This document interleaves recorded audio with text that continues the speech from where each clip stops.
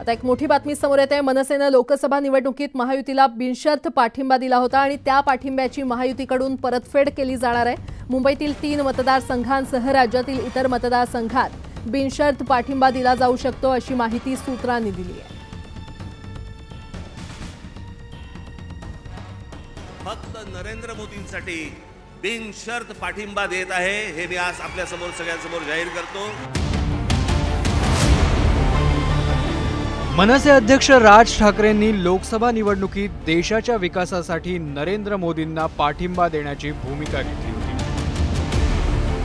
राज ठाकरेंनी दिलेल्या बिनशर्त पाठिंब्याचा महायुतीला मुंबई, ठाणे आणि कोकणात चांगलाच फायदा झाला। मात्र आता विधानसभा निवडणुकीत राज ठाकरेंनी त्यांचा पक्ष जिद्दीने लढणार असल्याचं जाहीर केलं।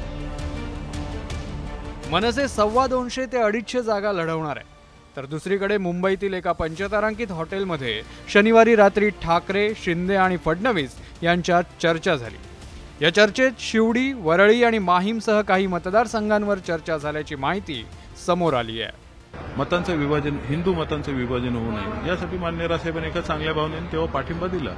आता त्या चांगुलपणाची परतफेड ते करत असतील त्यांचं स्वागत आहे, परंतु आम्ही त्या आशेवर नाही आहोत, हे तेवढंच करायचं। लोकसभा निवडणुकीत मनसेनं बिनशर्त पाठिंबा दिल्यामुळे विधानसभा निवडणुकीत महायुतीकडून मनसेला किती जागांवर बिनशर्त पाठिंबा दिला जातो याकडे सगळ्यांचं लक्ष लागलंय। त्या पक्षाच्या नेत्यांना जसं वाटतं त्या पद्धतीने ते करत असतात।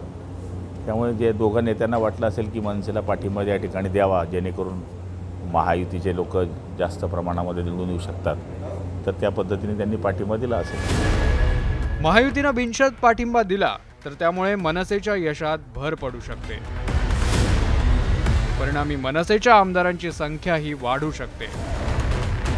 मात्र महायुती मनसेला किती जागांची परतफेड करणार यावर त्यांच्या आमदारांची संख्या अवलंबून असेल।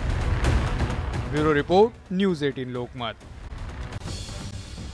आता एक मोठी बातमी, जागा वाटपामध्ये महायुतीनं आघाडी घेतल्याची सूत्रांची माहिती आहे। महायुतीचा जागा वाटपाचा फॉर्म्युला निश्चित झाल्याची सूत्रांकडून माहिती मिळते।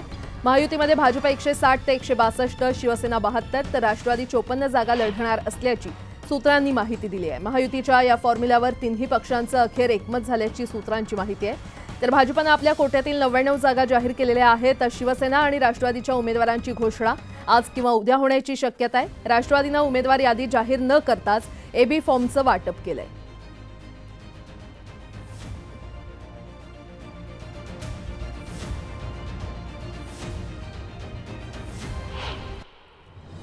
उपमुख्यमंत्री देवेंद्र फडणवीस 28 ऑक्टोबरला उमेदवारी अर्ज भरणार आहेत। नागपूर दक्षिण पश्चिम मतदारसंघातून फडणवीस विधानसभेच्या रिंगणात उतरणार आहेत।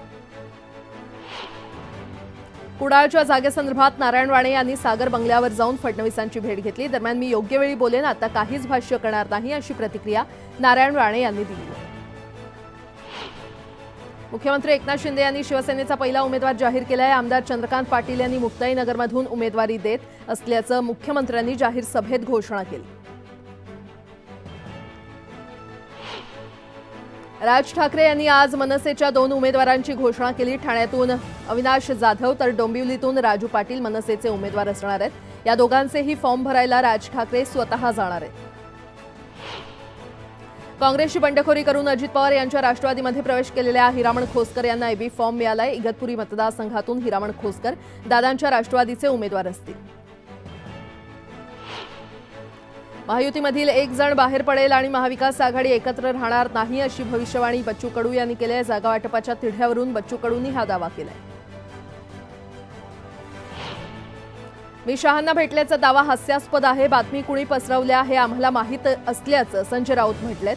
तर त्यांच्याशी तडजोड करणं म्हणजे अफजल खानाशी हात मिळवणी करण्यासारखं असल्याचाही टोला राऊतांनी लगावलाय।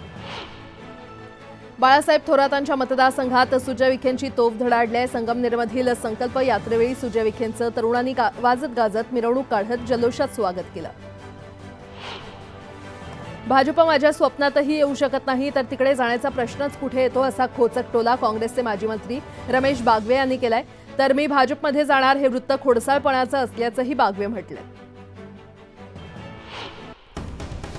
आता एक मोठी बातमी, केंद्रीय निवडणूक आयोगाने जाहीर केलेल्या विधानसभा निवडणुकीच्या कार्यक्रमानुसार आजपासून राज्यात विधानसभा निवडणुकीचा उमेदवारी अर्ज दाखल करण्याच्या प्रक्रियेला सुरुवात होते। उमेदवारांना अर्ज दाखल करण्याची अंतिम तारीख ही 29 ऑक्टोबर आहे। मात्र 26 आणि 27 ऑक्टोबरला सुट्टी असल्यानं उमेदवारांना 6 दिवस यासाठी मिळणार आहेत आणि त्यामुळे उमेदवारी खरं तर जाहीर झालेल्यांची अर्ज भरण्याची लगबग सुरू आहे। तर अद्याप नावं जाहीर न झालेली अपक्ष अर्ज करण्याच्या तयारीत आहेत आणि उमेदवारांच्या अर्जांची छाननी ही 30 ऑक्टोबरला होणार आहे। तर 4 नोव्हेंबरपर्यंत उमेदवारांना अर्ज मागे घेता येणार आहे।